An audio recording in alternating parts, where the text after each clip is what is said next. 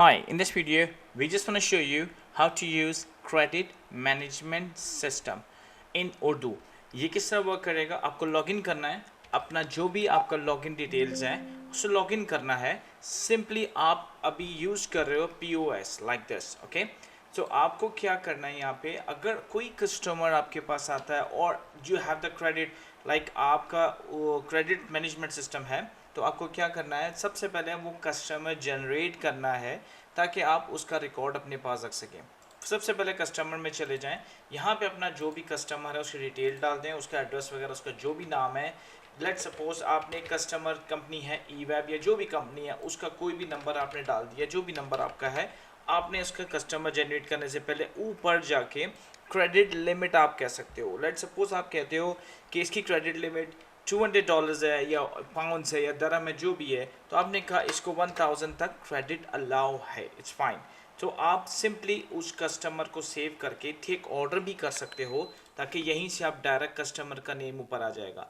अब क्या होगा, आपने नेक्स्ट क्या करना है, आपने ऑर्डर लेना है. सिंपली जो भी आप ऑर्डर ले रहे होगे, जैसे भी आप ऑर्डर ले रहे होगे, आपने कैश और कार्ड नहीं करना, बिकॉज कैश और कार्ड वो आप ले नहीं रहे हो, because we are using right now credit management system.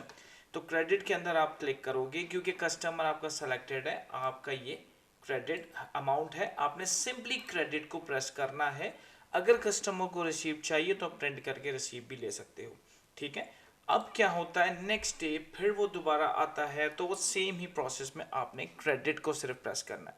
End of the day, end of the month, आपने वो आपसे आपसे पूछ सकता है कि मेरे पास मैंने आपसे जो भी लिया है वो क्या है, कैसे है. तो आप फिर अपने लॉगिन डिटेल से जाओगे, यहाँ पे रिपोर्ट में साइड पे ऑप्शन है कस्टमर क्रेडिट लिस्ट. जितनी भी आपके उधार के कस्टमर होंगे, दैट मीन्स क्रेडिट कस्टमर, वो आपको इधर लिस्ट में दिखा देगा. इससे क्या होगा कि आपको पता चल जाएगा कि फाइनल अमाउंट आपकी कितनी आप लोगों से ले रहे हो राइट नाउ.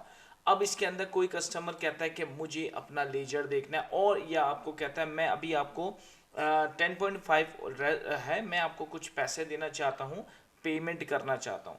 तो पेमेंट के लिए आप रिसीव पे प्रिंट करोगे, आपने कितनी पेमेंट ली. लेट सपोज उसने 5 आपको दिया, कैश दिया, ये कार्ड दिया, आपने लिख देना इधर, और आप सिंपल इसको सेव कर लोगे. उसके बाद ये प्रिंट भी अगर चाहो तो निकाल के उसको रिसीव दे सकते हो अगर रिक्वायर्ड है तो. अभी आप यहाँ जाओ, अब आप यहाँ के जाके देखते हो, तो आपने कहा कि अब इसका बैलेंस ई वेब का 5.50 है, लेकिन आप इसको, अब इसका जो लेजर है जैसे अकाउंटिंग सिस्टम में, आप वो भी निकाल सकते हो. आप अगर लेट सपोज आपसे कहता है कि मुझे आप बताओ क्यों मेरा इतना बैलेंस है और कब कब क्या क्या चीज़ें मैंने बाय की थी आपसे, तो आप पूरे मंथ का या अकॉर्डिंग टू योर रिक्वायरमेंट जो आपकी डेट्स होती हैं, उस रिक्वायरमेंट से आप रिपोर्ट निकाल लेते हो.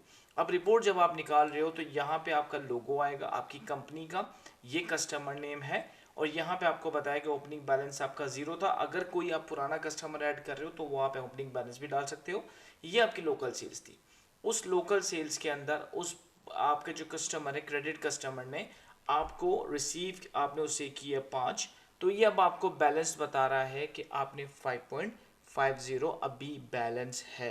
तो ये क्रेडिट मैनेजमेंट सिस्टम और स्मार्टली वर्क करता है, बहुत सिंपल है. If you need any info, contact us ewebsystem.com. Thank you.